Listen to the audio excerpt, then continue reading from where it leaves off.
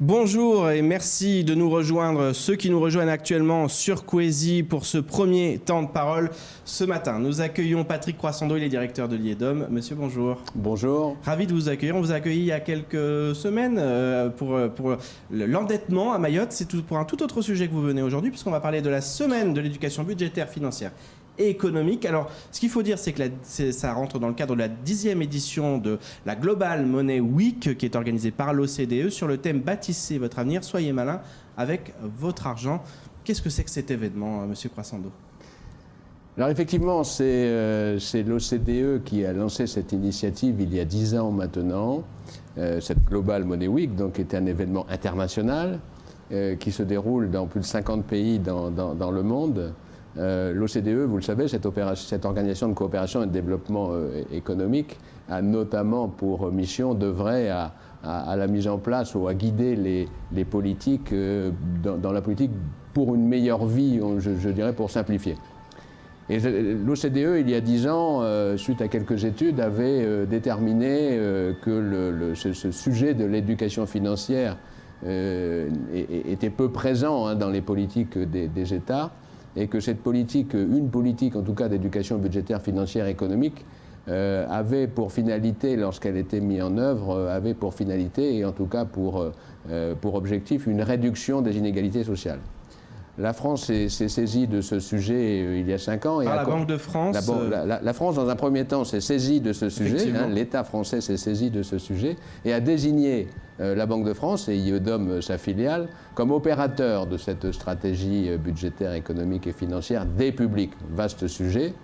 Et dès 2016, donc, la Banque de France est inscrite dans ce dispositif, notamment, on reviendra plus généralement peut-être sur ce qui est fait en matière d'éducation budgétaire, financière et économique des publics.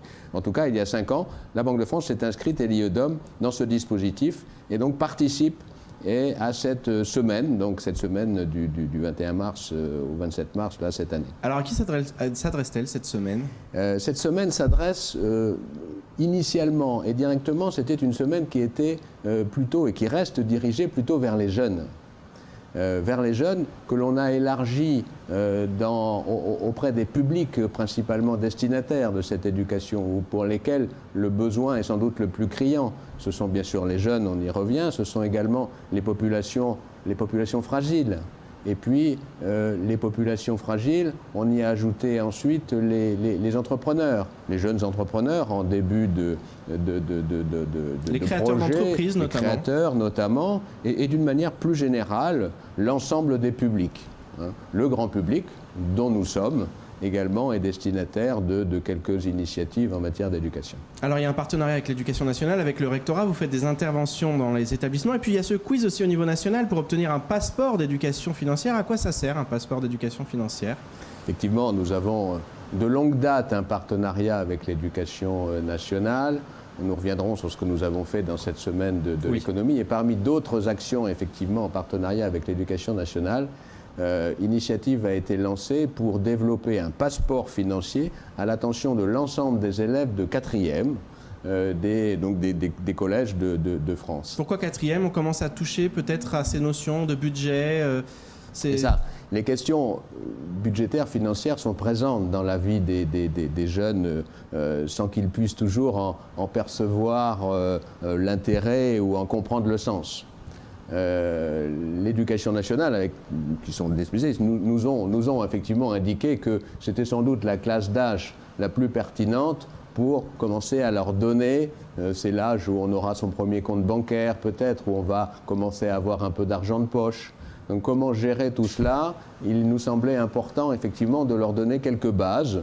On y reviendra, des bases sur la gestion d'un budget, sur comment bien utiliser les moyens de paiement, comment faire face à une arnaque, parce qu'aujourd'hui, sur les réseaux sociaux qui sont largement utilisés dès les classes de 4e, on y rencontre parfois un certain nombre de malveillants.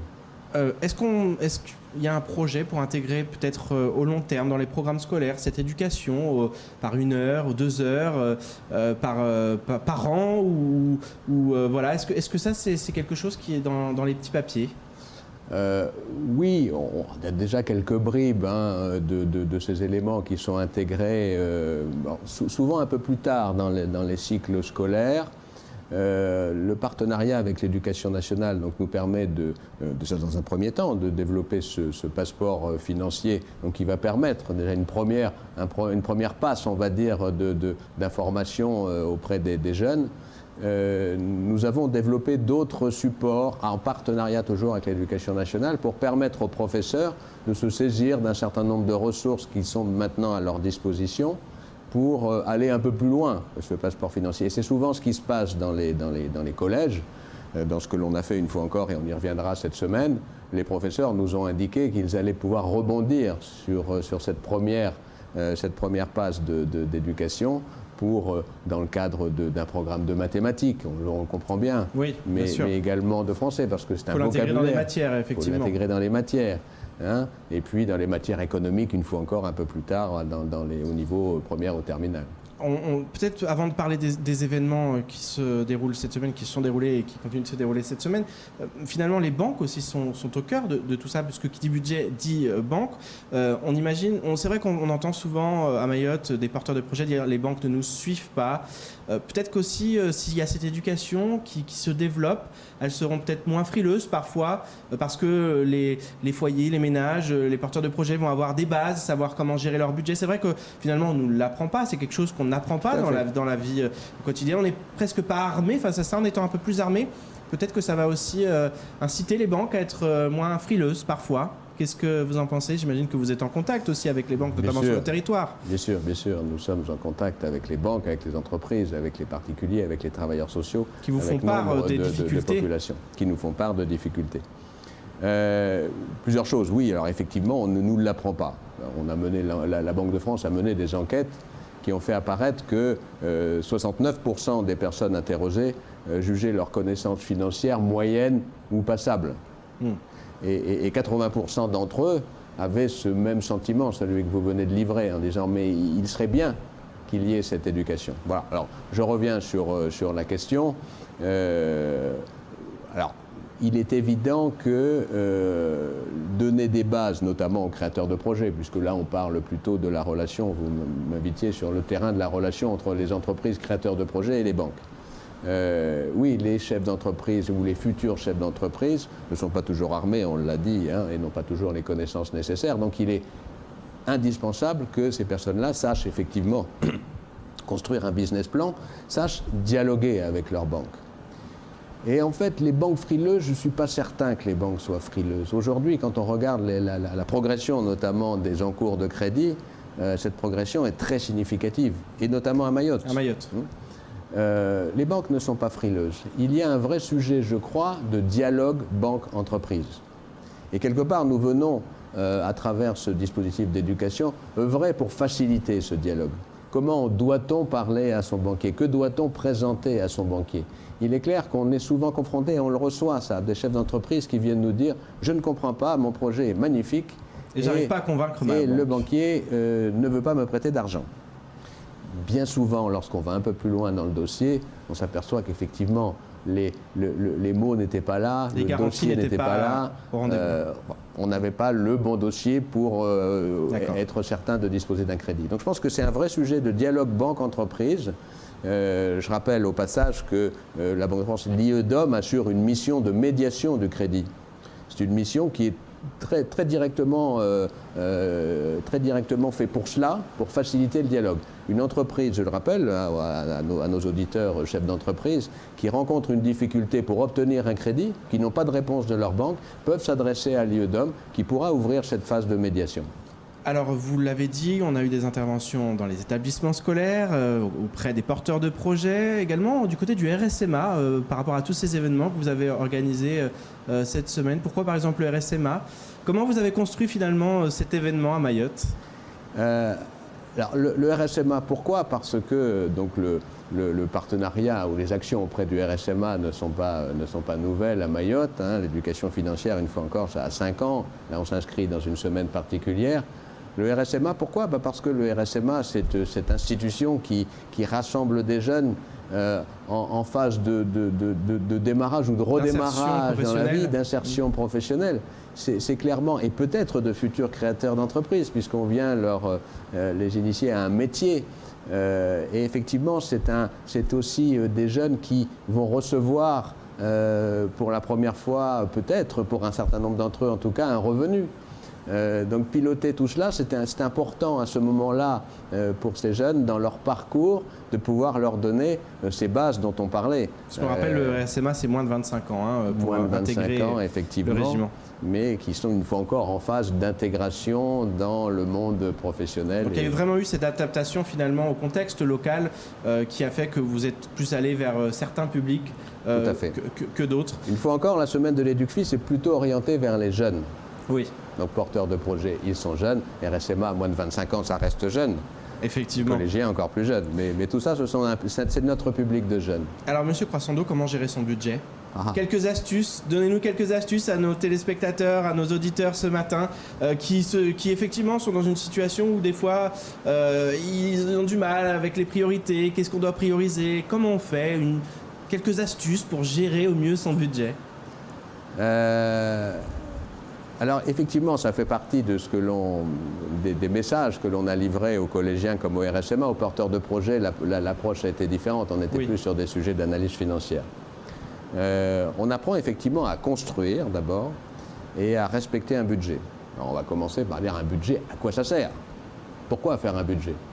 Et souvent, dans les réponses qu'on leur reçoit, on nous dit « Oui, mais moi, je consulte l'état de mon solde de compte sur mon smartphone, de plus en plus, même chez les jeunes notamment. C'était ça hier au RSMA. Oui, mais... » Les outils ont beaucoup évolué aussi aujourd'hui. Les outils ont évolué. Avec des notifications en direct, où on sait son suivi de compte, qui aide beaucoup aussi. Ça aide. C'est important, c'est indispensable. Faites-le. C'est important de suivre effectivement la situation de son compte. Mais la situation de son compte, c'est le présent et le passé. Il est important de prévoir.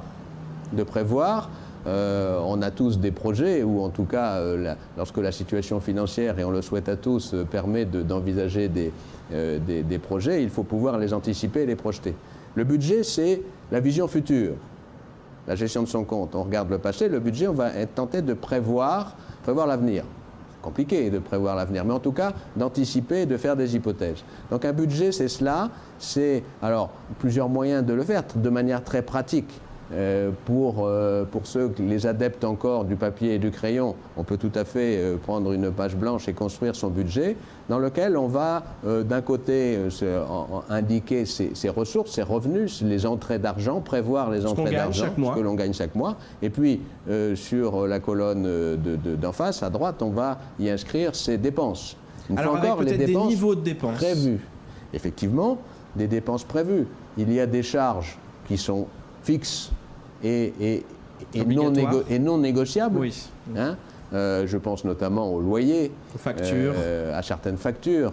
On comprend que le forfait téléphonique, aujourd'hui, on le considère comme essentiel. Quand on dit téléphonique, d'ailleurs, c'est plus téléphonique. C'est le forfait Internet, etc., sur le smartphone.